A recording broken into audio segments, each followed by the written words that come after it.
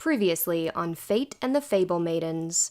Let me assure you, you don't have to be familiar with D&D to listen to this podcast. The long and short of the game is that the players tell me what they want to do, then they roll some dice, a 20-sided die to be exact, and cross their fingers for good numbers. They succeed or fail at what they were trying to accomplish. I set the difficulty for success in that kind of role based on a narrative standpoint. We chose D&D as the best vehicle to help us tell this story, but really we are here to tell a story. My name is Becca, and I will be playing the character of Merryweather. Merryweather is a rock gnome, and she is an artificer gunsmith.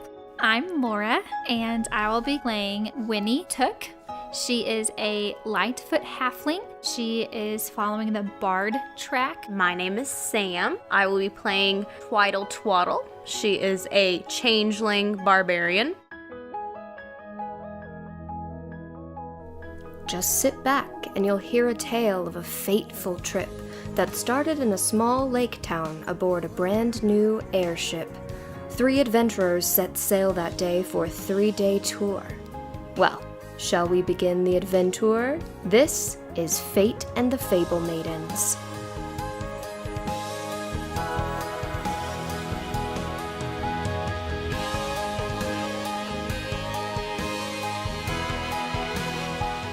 Welcome to Alanok, a diverse and prosperous continent and the home to our 3 heroes. Our story begins in a small town, Clure, to the south of the continent at the foothills of the Ursa Fell Mountains.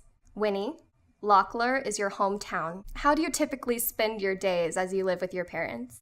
Okay, well, I imagine that I get up very early, sunrise, just before sunrise, and I go and I look at the water, I collect my thoughts for the day, and then I go to the market and get what I need to get for the day, talk to all of my fellow people. Yeah, and there are a lot of races that have settled in Clure. At the base of the mountain is the lake, the Clure Lake. It's a relatively large lake, and it's kind of where all of the water from the mountains and melted snow kind of accumulates at the bottom. It's very beautiful, and the mountain range beyond is difficult to traverse, but also very beautiful.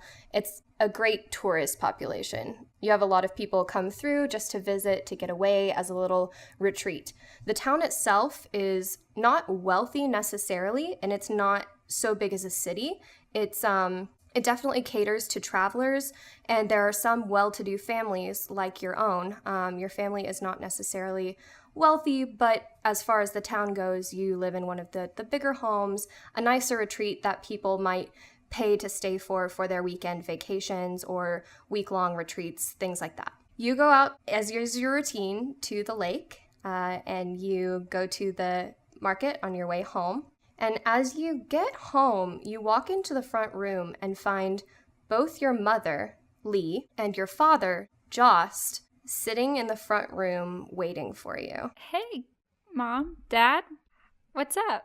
Winnie, your mother says, you may want to sit down for this. Okay. Your mother's hands are gripped pretty tightly in her lap, and your father is grinning ear to ear. What's going on? Well, we know your birthday is a couple months away, but your father and I have a bit of a surprise for you. Okay. Well, your father starts, you know your mother and I, we got our start in lives adventuring. Yeah. We even met adventuring. I met your mother while I was adventuring across the country. Yes, I do. You know your mother and I have a great passion for adventuring. I know this is ridiculous and you've heard all of this before, but we just have so much love in our hearts for this. And ever since your sister came home, we've been wondering if you planned to start your own adventure. Oh, yeah. At some point, I'll get to that. Well, your mother and I have been putting aside some money, for a special gift. Uh-huh. And your mom kind of is she's looking super nervous by this point, but she pulls an envelope out of her lap and hands it across the table to you. I'll take it. Look inside. Okay, you open it up, and inside is a ticket printed in gold. And with it is a paper that reads, "The first flight of the Feather Flight." What is this? He says, "Next week, the good ship Feather Flight sets out from Clure to the capital city, Lurasio. It's the first airship to ever take off. It's a great accomplishment. It's truly incredible, and we could only afford enough for one ticket. They're quite expensive for this first maiden voyage, but we wanted you to have it, Winnie. We wanted the start for your adventure to be something special, to be a memory that we could give you." That's really sweet, guys. I don't know what to say. In a week? In a week. Thank you, really. Thank you. This is the most thoughtful gift I've ever been given. And, you know, if you ever want to come home, you can. We're not mad at your sister for coming home after her adventures. We want you to be happy, but we want you to have a good experience too. And Winnie, I think this could be something really special. And if you don't find the same love for adventuring that we do, your father and I will understand. Thanks, guys. I guess I better go pack, huh? Yes, I started making a list for you of all of the things that your father and I found useful. Of course. You can find it in your room upstairs. Oh, I'm so glad. I'm so excited. And your father goes, "Oh, look at our little girl growing up and spreading her wings to fly away, literally." All right, Merryweather. Yeah? A week ago, your ship, the Opportunity, made port at Bellevin on the southwesternmost coast of Alanok. You've packed your bags, you'd already said goodbye to everyone you knew on the crew, and to Grozuk, your orc gunsmith master, who refused to come up from his workshop to see you off. Oh, If you didn't know better, you'd probably say he was upset to see you go. I love that guy. You weren't sure exactly where your adventures would take you next until the captain stopped you as you exited the ship, and he had a letter in his hands that was addressed to you from your youngest older sibling, Squat. Yes. Yes, I love it. Squat sent you a letter with 5 words. "Come to Clure immediately. Urgent." Oh. So, now, a week later, you find yourself in Clure on the steps of Squat's house, which I assume you've been to a number of times before. Okay, so question. Mhm. So then is my family from Clure then? No, actually. Your brother moved to Clure after he kind of grew up, headed out. He's been settled here for a while. Okay. He's unmarried, and very dedicated to his work, but you're not necessarily sure what his work is. He's very secretive about it. I'm so excited then. And so I run up to the door. I'm like bursting with excitement because I'm like, I want to know what it is that he's doing. And I like, I'm just like knocking on the door. I'm here. Hello, I got your letter, I'm here. He opens the door and like kind of pushes you inside, but he goes out on the porch and looks around really fast to like see if there's anyone else there. And when he's satisfied that there's not, he follows you back into the house and he says, "You cannot tell anyone else in the family that I invited you here." This makes her really excited. No, hey, Knackle. It's pronounced Knackle, by the way. I never mentioned that. You never mentioned It's Knackle. Hey, Knackle. What? I'm serious. You can't mention this to anybody. Okay. In the family. Are you going to show me something cool? You could say that. So, pinky promise. I pinky promise. Are you Okay. kidding me? They would kill me if I told you and not them. I got you tickets. You got me tickets? Where? For what? What is this? For the past 50 years or so, I've been a part of designing the first ever airship. What? And I got you tickets on the first flight from Clure to the capital city of I knew Lurasio. you were my favorite out of all my siblings. I knew you were my favorite. Yes. Well, you're my favorite too, but that's why you can't tell them. Well, I mean, look, they have lots of kids and stuff, so they wouldn't be able to go anyway. They'll probably forget about it. I mean, we're the youngest. Well, yeah. He pulls this ticket out of his pocket, and it says, like, across it, it says, guest. He says, each of the engineers who designed the ship were able to invite one person to fly with them. And I'm your person? You're my person. You're my person! I'd hoped you'd be excited. I know how much you love ships, and this is going to be an incredible advance in magic and technology. I mean, imagine how it could change things if we could fly across the continent in a week. You betcha that would change things! And she's just like, I think at this point, she just like goes to hug him and grab the ticket at the same time. Like, Okay. Like she can't decide which one she needs to do first, but she's like really wants that ticket in her hands. So he kind of catches you as you jump at him because he's like expecting this from you. Uh-huh. But he gives you the ticket right away and he's like, I assume you're ready to go. Well, I mean, yes, I was just traveling, so I'm always ready to go. I'm always traveling. Well, I figured you could stay here for a night, but it leaves tomorrow. Are you gonna come? I mean, you built the ship. Yeah. All the engineers get to go too. Oh, yeah. And we get to bring like a +1 kind of thing. Mm-hmm.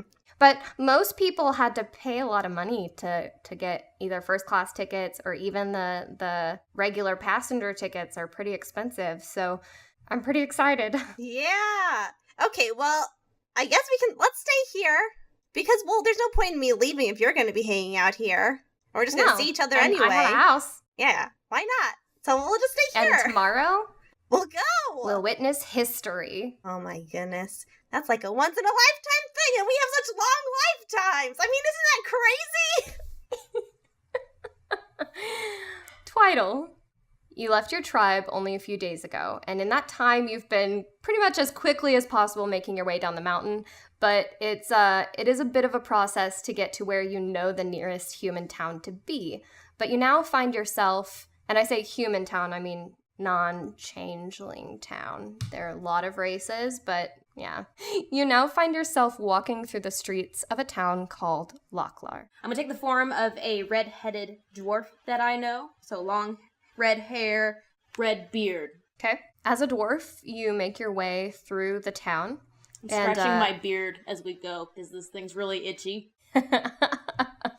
A lot of people bustle around you. Dwarves are reasonably common passerby in this town, so not too many spare you a second look. But in the middle of the town, as you get there, there's a crowd gathered around a man who has clearly cast thaumaturgy so that his voice just booms over the crowd. And he's saying, "It's an opportunity of a lifetime. Oh, the places you'll go. Oh, the people you'll meet. The rules are simple. Arm wrestle the current champion to have your name entered. Only 5 minutes left to enter. Only 5 minutes left to win." Ooh, I smile a big smile and I march right up and I say, "Where do I sign?" He says, "Well, go ahead and hop on up here. If you can beat our current arm wrestling champion, you can have your name entered." Can do, will do. All right. Go ahead and if you sit down to arm wrestle this dude, he's the man across from you is a human man and relatively well built. Gruff beard, longer hair, and roll me a strength check. First roll. First roll. Woo woo! Is this the only guy I'm going to arm wrestle? Yeah. Okay. Then as a pre-measure, I'm going to go ahead and go into Barbarian Rage. Just so I Okay. get that additional strength and I get advantage on strength checks. Okay. So like you sit down and you're super angry now, and he looks just a little bit confused. But in a charismatic way. I'm kind of smiling at him through the anger because Right. I can't help it. So that will be a 15 on strength. Okay. Do you want me to roll again for advantage? Oh yeah, if you get advantage, roll again. Nope, that didn't work. Okay. We'll take the 15 then. So you basically take this man's hand and slam it down on the other side of the table, and he is just left being very confused both by how angry you are and how strong you are, and just kind of like backs away from the table slowly. And the man who his voice is booming, the kind of caller for this arm wrestling match, says, "And we have a new winner. What is your name, sir?" Twee? He says, "Twee, brilliant. We'll be entering your name in a drawing, and only a minute left until we make that drawing. So if you could No, how do I get my name in there again? Bring the next guy. I want another entry into that drawing. Well, we only had one arm wrestling champion. Do I need to go after you? I'll take you right here, right now. he looks very frightened. He kind of says, if you could just sign your name on this piece of paper, we'll enter you in the drawing. My eyes get really big, and I look down at the paper. If I was in a room, it would be spinning right now. Okay. I don't sign anything without my lawyer checking it first, sir. Well, you can just write it. You don't have to sign it. You know, I didn't bring my glasses, and I just don't think I can read this today. Wait, you're not reading, you're writing. Yep, and I'm gonna go ahead and I'm gonna roll deception. Oh, no, I'm not. I take it back. I'm gonna roll intimidation, and I'm gonna have him sign this for me. Oh, that's a good one, too. 10. Never mind. 10. Oh, wait, I get +2 because I'm still enraged. So, 12. You get a +2 on charisma? Intimidation. Yeah. Oh, intimidation. But I'm smiling. I'm not, like, threatening him. It's more like, please sign this on my behalf, sir. While you're in a rage. So it's like a forceful request? Yes. A forceful, polite request? Yes. Okay. So he kind of nods slowly, and he writes down TWI and goes ahead and sticks it in the box. And I'm gonna whisper to him and say, you signed the right name, right? he says, Twee? Yeah. Is that what you put? That's what I put. Okay. And I'm gonna, like, kind of pat him on the back, but, like, really hard and be like, thank you, sir. Okay. He takes this box that's clearly kind of full of names now, and the crowd is gathered around just kind of waiting with bated breath. A lot of these people have already had their name entered in this competition. He holds the box up, reaches it in. Can I just say that I'm really excited and I have no clue what I'm, like, in the drawing for, but, like, I'm excited. Right, obviously. Like, he says, Twee! And then he breathes this deep sigh of relief and says, oh, thank the gods. I'm about to say. Okay, then I'm gonna, like, just bounce right up to him and, like, grab the box and just, like, hold it over my head and be like, I did it! I did it! He says, great, you can claim your prize. And he hands you a golden ticket. I'm gonna look at it and kind of, like, blink, like, very confused, say, what is it? He said, you entered the contest without knowing what you were entering for? I never turned down a challenge, sir. Well, you are a lucky one. You have won one of the few tickets to the first flight of the feather flight. What's a feather flight? And can I eat it? No. Oh. It's an airship. Some of the crowd is now dispersing. Some of them are like really amused by whatever's happening on stage, but a lot of them are really frustrated that they didn't win, so they just kind of head off into the crowd. And he says, it's a ship. It's a ship that flies. It's the first of its kind. I'm used to that. And I'm gonna change back into my changeling form right in front of him. And I'm gonna scan the crowd and be like, where's that guy I just beat in arm wrestling? And what's his situation? Hey, go ahead and roll me an intimidation check real fast. Not nat 20, but 20. Okay, so the man you just changed in front of faints. Can I catch him? Can I roll a dex and see if I catch him? Yeah, sure, roll me dex. 18. Yeah, okay, you catch him and you can kind of slowly lower him to the ground, but he is a still good-looking dead man? weight. I'm gonna kind of check him out a little bit. I mean, he's clearly much older than you, and kind of ragged. Not unhandsome. Okay, I'm gonna just kind of drop him after that. He's close enough to the ground. I'm not worried about him getting hurt. And, okay.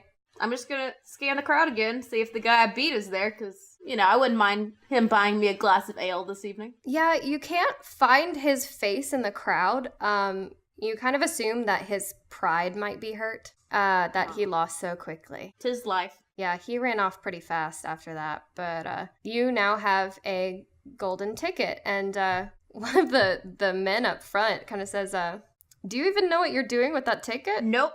Can you point me in the right way? He said, well, yeah, I mean, if you don't want it, you can always give it away. I won this, sir. He kind of laughs to himself and he says, well, the dock is that away. It's on the outskirts of town. He kind of points south. I'm sorry, he points north. He points north and he just says, yeah, it's that away. There's an inn nearby if you need a place to stay, but the ship loads up tomorrow morning and I will find a tree sail. near the dock, and I will climb and settle in for the night. Alrighty. Winnie, since you kind of started off, you have had a week of preparation for this trip. Are you ready? Yeah. How's Winnie feeling? Honestly, she's kind of nervous, obviously. And she knows she shouldn't be, but she is surprised that her parents sprung an adventure on her, and she doesn't feel quite ready to start hers. Okay. I feel like I don't even need to ask this question. How does Merryweather feel? I was gonna say, do you really need to ask? I don't. Is I think that she is probably a person who I don't think she gets very much sleep, because I think she's just constantly so excited about all the new things. It's like the night before you go to Disneyland or something and you're just like, you just have so much like eager anticipation built up inside of you. So I think that she has probably been on and off sleeping all night and like waking up in the middle of the night and being like, yes, and then going back to sleep and then be like, it's almost tomorrow, and then going back to sleep and the sun's up and she's like, it's today, not yet, and then going back to sleep. So she's real ready. So Twyddle, you're in this tree and you have this ticket for a ship you don't know about. How are you feeling? I kind of look at the ticket and examine like how it kind of reflects the sun, but I have no clue what it says. And pretty much I'm just trying to figure out how I catch this Flighterfeth and bring it back home. Do you use a net, or will an arrow take it down? I really don't know. What did you call it? Flighterfeth. Okay. Just needed a repeat on that.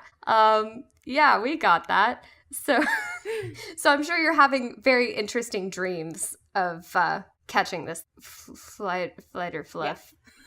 All right, so the next morning arrives.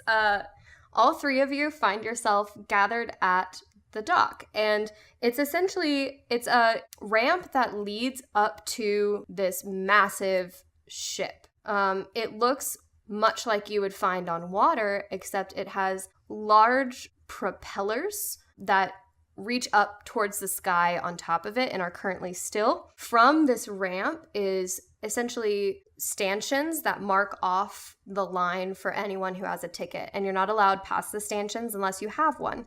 But right now, the line is pretty long. No one is being let on the ship yet, and around the dock, there are plenty of people who clearly do not have tickets who are still gathered to see what is happening. Lots of people have notebooks and Quills? Fantasy pens. Pencils? that Quills? one. Yeah, quills and notebooks, because those are fantasy too. So they have quills and notebooks, and they're just like writing everything down as it happens. There are a few people painting the scene as it's like happening, as everyone's kind of waiting, this big majestic ship in the background. I think Merryweather's probably standing behind someone who's painting something and being like, don't forget there's a person over there too. And there's some bins over there. There's some crates. And don't forget there's some clouds up there. Eventually this artist just kind of turns to you and just like shoos you away with his hand and is like... So the three of you find yourself in line. Line. Oh, sorry. I was just going to say I'm in the form of one of the human villagers, the female, with my Okay. I would have a braid from that villager. So Okay. that's the So shape I'm in. in this line is a human villager, a halfling, and a gnome. And all three of you are standing next to each other, unbeknownst to you, of course. And the line is not moving. At some point, you've been standing here for almost an hour, and nothing has moved. People are still talking excitedly, but nothing's happening. Nothing's moving. Merryweather is definitely jumping, trying to see over. Do I know the villager that Sam is disguised as? Yes, you do. What is their name? Sarah. I'm going to turn to who I think is Sarah. Oh my goodness, Sarah, I had no idea you were coming on this voyage. My eyes are going to get When'd big. you get a ticket? Hi. Hi. Got a ticket yesterday. I'm very excited to go on this exciting thing that I definitely did not win arm wrestling, and I'm very excited. Good to see you. That's great. You too. What is your family going to do without you? I don't know. Fend for themselves? It's just abandoning a family. Sarah, are you okay? Just dandy, really. What is this thing? Also, what does this say? And I hold out my ticket to her. Is yours smudged or something? It says Admit one. Just says admit one. Admit to what? I didn't do anything wrong. Sarah, did you sleep okay last night? Yeah, I mean, there were a couple of pine cones that, like, fell off during the night, and I had to, like, shoo away a squirrel, but, like, really, it wasn't too bad. One of the better trees I've slept in. At this point, Winnie, I think you need to roll insight. Okay, thank you. I'm not even gonna roll deception. I'm not even trying. No, because you're not really deceiving. I'm not gonna have you deceive. Okay, well, I got a 5. Okay, your friend is acting very weird, but it looks a lot like your friend. Also, I'm wearing barbarian clothes. Yeah. So I've got, like, fur-lined things. Your friend's acting really weird, but That's okay. it sure looks a lot like your I'm starting friend. to sway to the side, because I'm getting a little impatient. All right, Merryweather, what are you up to? So am I right by them while this conversation is Yes, happening? absolutely. I'm not really sure. I don't think Merryweather would really be paying attention to what they're talking about. Are there, like, poles next to the side with, like, ropes that are kind of making this line? I think that she would probably have tried to climb on top of one of the little poles. Do I notice her do this? Yes. Cause I'm looking to see what the big holdup is. I'm gonna approach Merryweather, Okay. and I'm gonna say, may I? And then I'm gonna attempt to pick her up. May you what? And, like, lift her. Okay. Do I need to roll a strength check? Okay. Okay. Yeah, roll me a strength. 7. I'm not very heavy. Yeah, okay. Because she's not very heavy, you go ahead and pick her up pretty easily. Logically, you are pretty strong, and she's pretty small. So you kind of hoist her up onto What do you your see? shoulders. Oh my. A lot of people. Hey, what's the big holdup? We all have tickets. One person in a uniform, he looks very professional, but you're not really sure what his position is because there aren't he doesn't look like a sailor. He looks just like official. So he comes over and his hair's all combed over to the side. He said, "Ma'am, I'm going to have to ask you to be patient.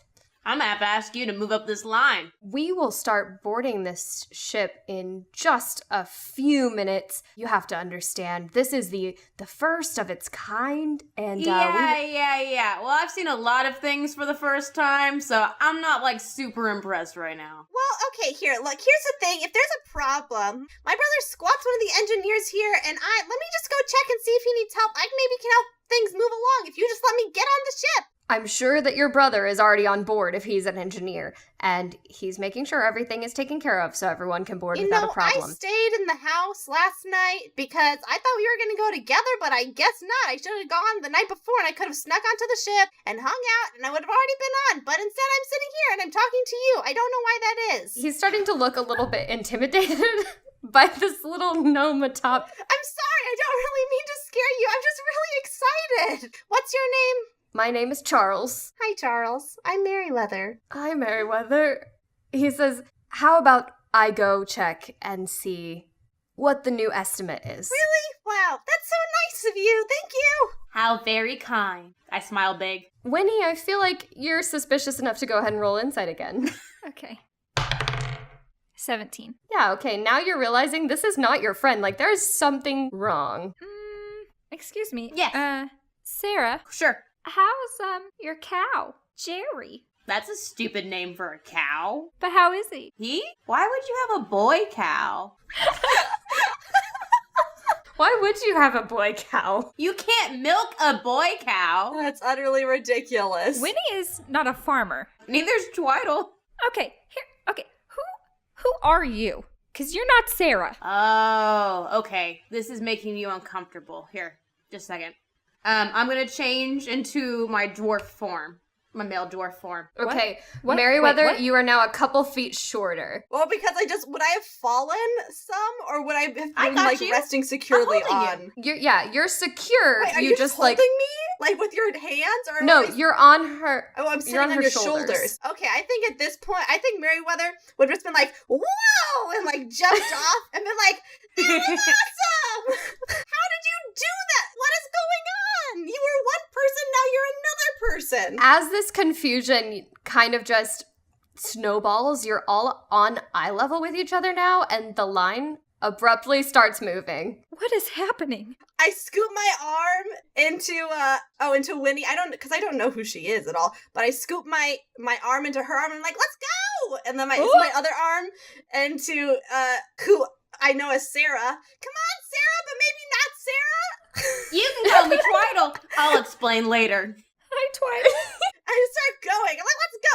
Like trying to like pull them along. Like, this is so exciting, and there's a lot happening here, and I need to.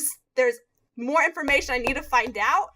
So we're all going together. I'm a tribe member, man. I'm just gonna go with the flow. Got a group now. I'm very worried about Sarah. Hey guys! Wow, this is an episode. You're here listening to an episode of Fate and the Fablemaidens, and this is a wildly big thing for us, so we are so glad you're here listening. Thank you! I'll try not to talk too long. I'm Renee, the DM for this adventure, but we call me Fate since that's a little bit more thematically appropriate for our title, and also because I control the fate of the universe. This universe. I know you have the rest of the episode to get to, but I do have a few loose threads of fate to tie up during this segment. First of all, we are hosting our release party on this Thursday, February 22nd at 7 p.m. at Stormcrow Games in Lubbock, Texas. The whole Fablemaidens cast will be there, including Becca, who's traveling up for the weekend, and there'll be cake and games and all sorts of fun activities. For anyone who's not in the West Texas area, though, we will also be participating in some events and activities on our social media pages, Twitter and Facebook, live videos and the like, so if you can't be there in person, if you want to be there in spirit and social media, we'd still love to hang out with you that way, but if you do want to come in person and have cake, we'll welcome you there too. Also, since Becca's gonna go ahead and be up here for the weekend, all of the Fablemaidens are gonna be at LubbockCon. That's Saturday and Sunday, February 24th and 25th, and we're really excited about that. I myself will be running a few games of Dungeons and Dragons. They're gonna be demo editions, kind of short, condensed, and streamlined versions so that we can keep up with the flow of people at con, but it'll be a lot of fun, and all of the other Fablemaidens will be there. We'll be enjoying the exhibits and booths and vendors and probably some delicious con food, so look for us there. We have a lot of people that we'd like to thank from the bottom of our hearts because ever since we started this podcast, this adventure, we've seen an incredible outpouring of love and support, not only from the people that we know, but from pretty much anyone we've talked to about this, and we are so grateful for that. So for now, I'm just going to go over some of the people who've contributed creatively majorly so far, but I'm sure this list is going to continue to grow as we do. This list may even be longer by the next episode in 2 weeks. So thank you to our wonderfully talented composer, John Paul Devondo, whose music you heard as theme song for this episode, Fate and Fable, which is at the beginning and likely throughout the episode as well. A big thanks to artist Ginny Case for our beautiful album art. Thanks to Christopher Case for his help in building and hosting our website. Thanks to Vidal C. Rosa for his hard work with our graphic design work, print work, and basically a lot of awesome work that we couldn't have done without him. Also, we have gorgeous, wonderful character art courtesy of the incredible Joanna Daniels, so we're grateful to her for working with us as we kind of figured out what our characters look like in this universe. Thanks to Kenneth Clark for getting our special customized email addresses up and running, like contact@fateandfablecast, which you can send queries, thoughts, or questions to, and we'll answer them there. And also a huge shout out to Sebastian Hall for helping us with all things technical. We're also so grateful to anyone who has liked us on social media. For anyone who hasn't but wants to, you can find us at Fate Fablecast on Facebook, Twitter, and Instagram, or at our website, fateandfablecast.com, for updates and such from our end, as well as opportunities to participate in the podcast. Today, for example, the name of our trusty airship, the good ship Featherflight, was named for Cass Mayfield at Ambient Magic on Tumblr. All of the name suggestions that were submitted were so great. There will be other opportunities to submit as time goes on, so please keep submitting your great ideas, and I'll post those prompts as they become relevant. Last of all, if you like what you hear, one of the best things that you can do to help support us is rate and review our show. You can also tell your friends and see if they'll do the same, because that makes a huge difference in our visibility and credibility. So thank you to anyone who does that. But again, thank you just for being here. The support we've seen, like I've said, has just been really outstanding, and it's blown us all away. We hope you enjoyed the beginning of this adventure, and we look forward to you joining us on the journey ahead. Without further ado, I will let you get back to the Fablemaidens. So the three of you, arm in arm, make your way up to the front of this line. And there's a lady there in the same kind of official outfit as the man, Charles, that you spoke to earlier. And she's just taking tickets as people come by. And she reaches to take your ticket, and the three of you hand your tickets to her, and she looks at them and she says, yes. As these are general admission tickets, all of you will be in Barracks C for the 2 nights aboard the Feather Flight. And if you'll wait just a moment, we'll take you on a tour as soon as everyone is aboard. And she says, Group C is gathered over to the left. See what? I'm assuming that Merryweather is just kind of dragging you away. Merryweather, correct me if I'm wrong. Oh, I'm just going. Yeah, no, I mean, she said wait, and she pointed in a direction. Merryweather has zero intention of waiting, but every intention of going. So. Y'all gather up with your group, and you notice that some of the other groups are already leaving for their tours. So a few minutes later, about 5 more people gather with Group C, and another lady in the same kind of outfit comes up and says, if you'll just follow me. She takes you down a hallway and says, this is where we'll be dining tonight. I'm gonna touch everything. I'm gonna touch everything I can. Question, okay. I don't know if it's more of a question or more of just so it's known. I don't know if I will need to roll perception for this. Mm-hmm. I think as this tour is happening, Merryweather is just constantly looking for, like, she wants to know what everything is. So she's looking for every single door, every single entrance, she is constantly looking around for all these different things because is making a plan in her head to go explore every single room. Okay. Are you opening doors as you pass them? I think if they're slightly open, I think she would go and, push them the rest of the way open, but if they're closed, I think she's just making a mental note of I need to go there, and I need to go there, and I need to go there. You pass a couple of smaller doors on the way to the dining room, and the dining room has 2 big double doors that are wide open. You can see a number of tables already set for the meals for the day. She says, you can gather here for breakfast, lunch, and dinner, and each guest will be provided a free meal as a part of their ticket price. My mouth opens wide at that. Yes. She continues down the hall, and Laura's looking around as if she's admiring the ship that she's on. I am admiring it. I'm also weary. My hand is just grazing the wall, as we go by. I'm the things that people think of. I'm gonna mutter that under my breath as I'm just touching everything in sight. I know, isn't it amazing? And my brother helped think of this. Wow. So you go down another level, and she says, this is where the barracks are located. You'll notice we're passing Barracks A now, and then she continues down Barracks B and Barracks C. This is where you will all be sleeping, and if you would like to drop off your belongings now, please gather back in the hallway as soon as you're done. Yeah, I'm not dropping anything, hun. Do you say that to her? Okay, does anyone drop off their stuff, or does everyone just kind of keep it with them? I'm gonna drop off my stuff. Yeah, I think Merryweather goes, are there portholes? Yeah, there are portholes, totally. She definitely grabs one that's right up by a porthole. I would also grab one by a porthole. I'm not too worried about getting a spot. Yeah, you'll probably be stuck top bunk the way this is panning out. You set your stuff down, gather back out in the hall, and the lady continues her tour. You go back up a level. She says, on this side of the dining room is where our first class passengers will be located. You will not need to know that, but please remain outside of their halls after curfew, just to respect their privacy since they paid for the expensive ticket. Do they stay out of my hallway? Well, I can't imagine why they'd come down there. But is it a rule too? She just kind of nods and smiles. And I think while she was saying this about staying out, Merryweather, she all of a sudden got really excited, then realized that uh-oh, this is she's gonna realize that I'm gonna break the rules. So she's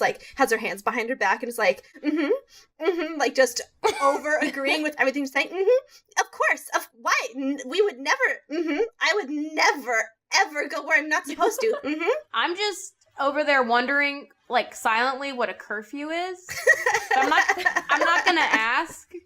I'm just thinking it. Twyddle's going to learn so much on this voyage. Oh, it's so much. You continue down this hall and emerge back on the deck, and you see that a lot of the groups have gathered back, and she kind of points to the other side of the ship, and she says, over in our other half of the ship are our activities. You'll find any number of activities and entertainment, from comedians to singers to karaoke where you can sing yourselves. And she walks over to kind of these aisles that are on both sides of like the entertainment and activities suites, which are, she mentions, in layers on floors, different floors like the other side of the ship was. And on either side are these small aisles that have large lifeboats off the edge of them. And these are miniature versions of the larger ship. And she says, as a precaution, these are the lifeboats we shall use if anything occurs on our voyage. Of course, we don't expect that to happen. The feather flight has been in the works for 50 years, and we are confident in our design. Mm-hmm. All right. And that will conclude our tour. Feel free to return to your quarters to begin breakfast once the flight begins, or to go ahead and explore the activities. What's the floor made out of? Wood. Okay. What are the lifeboats made out of? Wood. I'm gonna go up to the nearest lifeboat and draw my tribe sign on one of, carve my tribe sign on one of them. Excuse me, I'm going to have to ask you to refrain from touching the lifeboats, please. I'm gonna roll intimidation. Okay. 10. Yeah, okay. She says, okay, and steps back from the lifeboat. But I'm gonna smile, but I'm just holding my knife, like, really tightly in my hand. Is there a problem? No. Okay.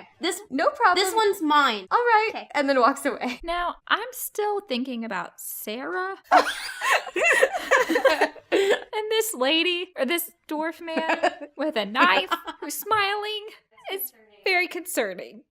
Do I notice that she's looking a little wide-eyed? I'm not hiding. You're not it. hiding it? Okay. I'm gonna go, oh, well, okay. And I'm gonna change into my changeling form, so I'm a little bit taller. I'm gonna be like, Whoa! hi, I'm a changeling. Okay, now we're done. Where's Sarah? What's happening? I'm sure she's fine. I don't know. What are we gonna do? Well, I would suggest that we make a plan. There's a really big ship. I can get a really extensive plan from my brother, and we can make sure that we go to everything, so nothing is left out. He's the head engineer. Or I don't know if he's the head engineer, but he's definitely an engineer on this, so I'm sure we can get a blueprint. Who are you people? I'm glad you asked. My name is Kanako, Merryweather, Lacedew, Glimmersquint, Fizzlebang, Jimmy Jams, Jax. What's your name? I'm Elowin Bree Took. But you can call me Winnie. Hi, Winnie. And you're Sarah?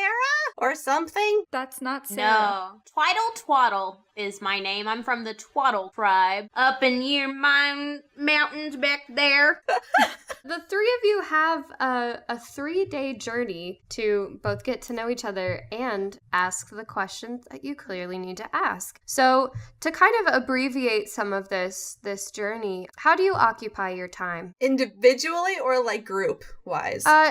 Either or. How do you occupy yourself for the first day? And you can do kind of something different each day if you would like. What were the 3 options of things? The 3 options of things she mentioned were to get settled in, to go eat breakfast, or begin activities. Okay. But you can kind of choose to do anything. You're not limited to those 3 things. Anytime there's a meal open, I will be there. Okay. Eating as much as I can. Basically watching for other passengers whenever they leave. If they have leftovers or they didn't clear their plate, I will clear it for them. And I won't even look, like, if anybody's looking at me, I'm just gonna wave. Cause Free food. Free food. I mean, come on. Sorry that you missed out on this free food. Right. Winnie, what are you up to? I think mostly what I would be doing is trying to get comfortable with what's happening in my life now. There's a lot. A lot just hit me. Yes, I think I would be talking to people a lot. When the dining room was open, I would be at a different table talking to people and just slowly unwinding and getting excited and enjoying the trip. Okay. Merryweather. Again, I feel like I barely need to ask. I think that first you probably try and go find Squat. Okay. She ends up finding a staircase that's beyond the quarters that you're staying in. It's off of a smaller hallway, and it's a much thinner staircase. But as you go down, you find a lot of the inner workings of the ship. There are a lot of workplaces. There's a crew's barracks, essentially. And it looks a lot like yours. It's very similar. It's already strewn with stuff. You can tell that the engineers and people on the ship have already been there for a couple of days staying. As you walk in, Squat kind of looks up at you from across the room. A couple of other engineers look up at you as well. And he goes, Kanako! Squat! I found ya! Yeah, you're not supposed to be down here. Yeah. You know. He kind of laughs and guides you out of the room and just makes a show of it to his coworkers, essentially. I think I'm definitely resisting to an extent him guiding me out of the room and being like, you guys are the ones that made this ship. Tell me, how does it work? I want to know all your questions. I want you to answer all my questions. He kind of guides you out of the room and says, I should have expected you to find me as soon as you got on the ship. I should have come to Obviously. find you. I'm sorry. You know, if you're with me, I can probably show you a few things, but I don't recommend going anywhere alone. You might get in trouble. So I need people to go with me. Well, you need me to go with you specifically. Oh, okay. Well, it's good to see you. It's good I know to see you're you a too. very busy person. I can meet you upstairs as soon as the ship takes off. Okay. Okay. I'll be there. Great. I'll find Okay, you. and I'm like starting to like walk away as he's like, Meanwhile, Twyddle. I like run up the stairs and then I start like searching for Twyddle. Okay. As you're doing this, and we've already talked about what Winnie's kind of doing for the day, but the ship does take off. It lifts into the air and everything kind of shifts under your feet. Your ears pop as you get higher, and everyone just roll me a straight d20. 16. 8. What is this? This is just a straight d20. So you wouldn't call it like attack, ability, or saving throw? No. Okay, nat 1. Yeah, that's kind of what I thought. That's fantastic. Winnie, Mm-hmm.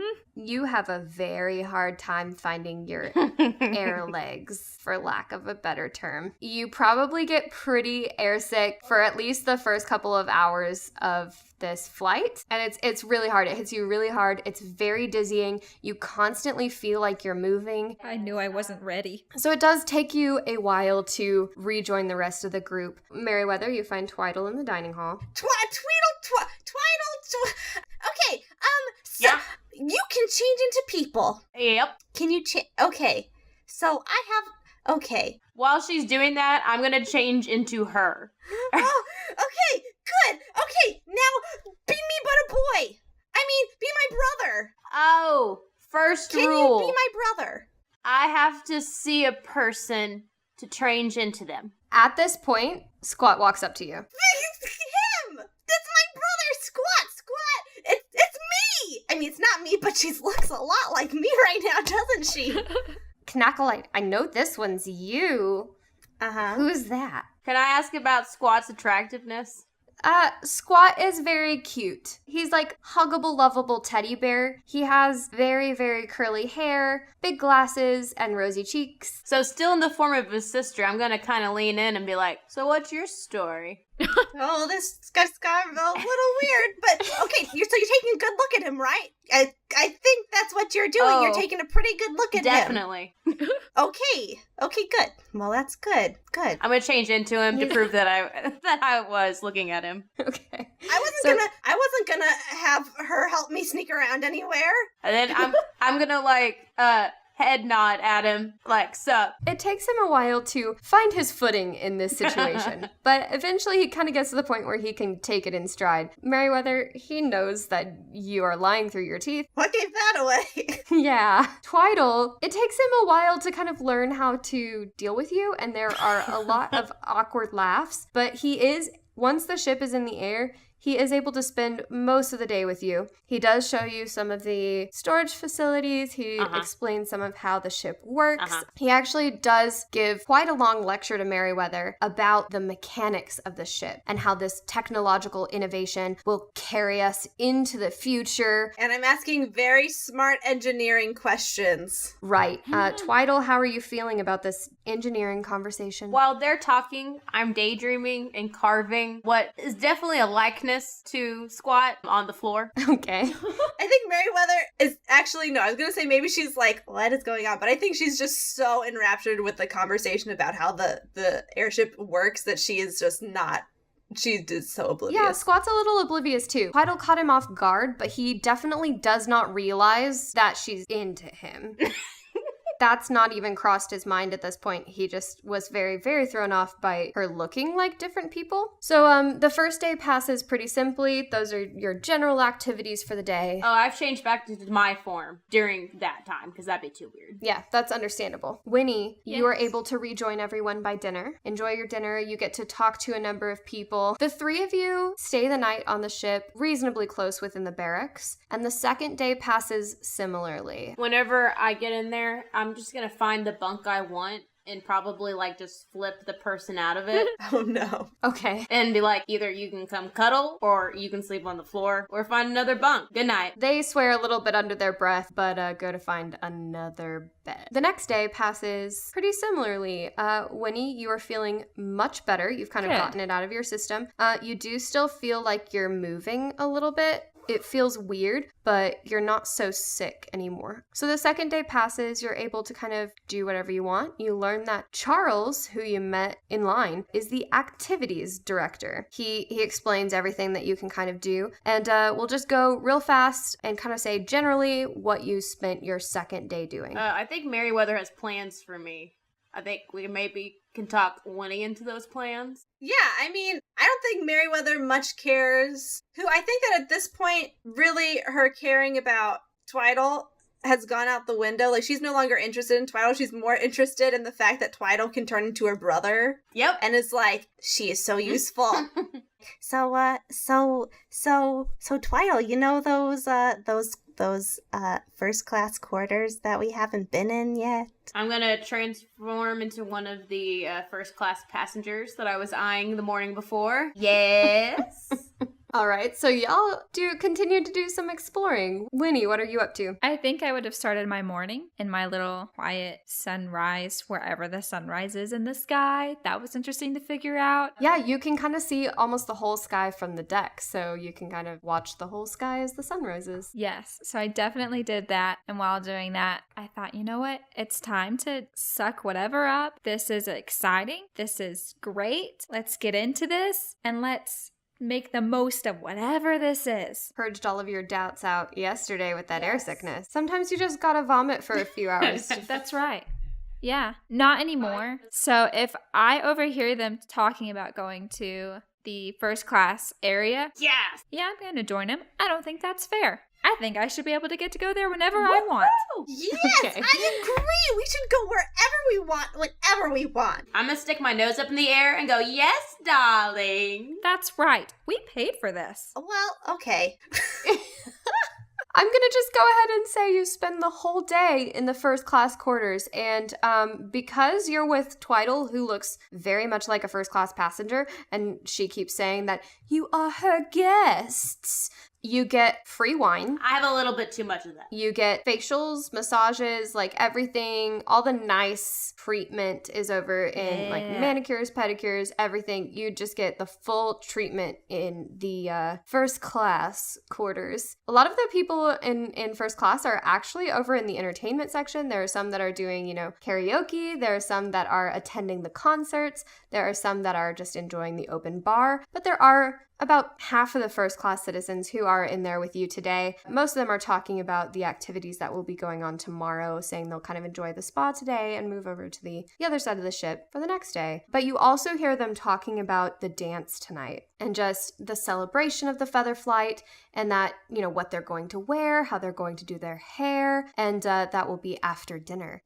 We're gonna go to that, right? Yeah, we got all dressed up. Yeah. While we're doing, like, manicures and stuff, Twyddle's gonna kind of tell them her mission. I'm just gonna look over. I'm gonna say, guys, and also I'm a little bit tipsy. You guys are my best friends, and I've just gotta tell you, I'm looking for a man. I'm a one-man woman. You're a man woman. Well, I guess you did turn into a male dwarf. I mean, that's just part of it, but I'm looking for someone to take back with me to live out my life on the mountain. So that's why you're on this ship? In a way. That was just coincidence that I'm Oh. on here. But if I seem a little boy crazy, I promise, once I settle down, my heart belongs to one only. I don't think my brother wants to go live on a mountain. I think he's pretty happy with an airship. No convincing will do him any good? I mean, he's had a lot of options. I feel like it's probably by his choice that he's still single. I mean, he's not single. He's taken. So you should stop trying. Darn. Because it's weird. I'm not even going to roll for insight. I'm so glad Merryweather is so good at lies. Y'all spend the whole day, getting pampered. There's some good bonding time, apparently, especially since that wine, loosens some lips. And dinner approaches, and the dance follows. I'm assuming you're attending based on that conversation. Yeah. All right. All of you head out onto the deck, and stars fill the sky. More stars than you ever see in a town. It is an incredible sight to behold. And lanterns are lit from kind of wires around the edges of the ship. You can tell that they are magical to protect the wood of the ship. Everyone is already dancing. Anyone who's finished dinner has head up here. There's live music playing. A small group of 5 string instruments are kind of playing. And it's a beautiful evening. Really an incredible sight to behold on this flying ship. And is this open to all passengers? Yes. I'm so overwhelmed with the beauty. I really love the stars. I've never seen so many stars. I'm just so filled with this beauty. I'm going to start swaying to the music and singing a little ditty. Yes. My eyes are on her right now. I have a song ready. Okay, it goes like this. It's the stars. Do you see the stars? There's so many. Oh my gosh, so many stars, stars, stars, stars, stars. And all of this fits perfectly with the music. I mean, it's so on point. Winnie blows you all away with her performance. Twyddle, Merryweather, how do you feel about the dance? Love it. I probably have some tribal dances that I'm going to bring out, Perfect, yeah. I think that Merryweather loves dancing. I don't know if she's good at dancing, but she at least knows how. Yeah, I think there are definitely some dances that everyone knows. The dances that they would play at every middle school dance, that sort of thing. Like the electric slide. I was thinking Soldier Boy. Soldier Boy. Soldier Boy. Definitely. Yeah, when Soldier Boy comes on, Merryweather goes, "This is my jam!" Yeah, I think Merryweather just hops right in there and is having a blast, just going from person to person. Just joining random people. After a couple of songs, Charles kind of steps up onto the stage with the band, and he raises a glass of champagne to kind of get everyone's attention. And he calls out to the crowd, "At this time tomorrow, we'll be arriving in Lauracio, and the first flight of the Feather Flight will draw to a close. We've all been honored to witness firsthand the astonishing advances in magic and technology that this ship represents. Here! And so, let us celebrate. Let us celebrate how far this country has come. Let us celebrate the days in the skies ahead. And let us celebrate the good ship Featherflight." As he says those words, he toasts the sky, which just lights up behind him. And at first, the crowd thinks that this light must be a part of the speech, and kind of murmurs of awe just ripple through the gathering. But then a loud crack echoes through the night, and the deck of the ship lurches violently beneath you. Everyone roll me a deck save. 15. 8? 15. All right. So Merryweather, you kind of lose your footing and stumble a bit and have to catch yourself on the ground. The other 2 of you are okay. But everyone else on the deck of the Featherflight is also kind of trying to regain their footing, scrambling to stay upright and keep their balance. And as you see everyone doing this, a low groan reaches your ears, followed by another sickening crack as the deck of the good ship Featherflight begins to splinter at your feet.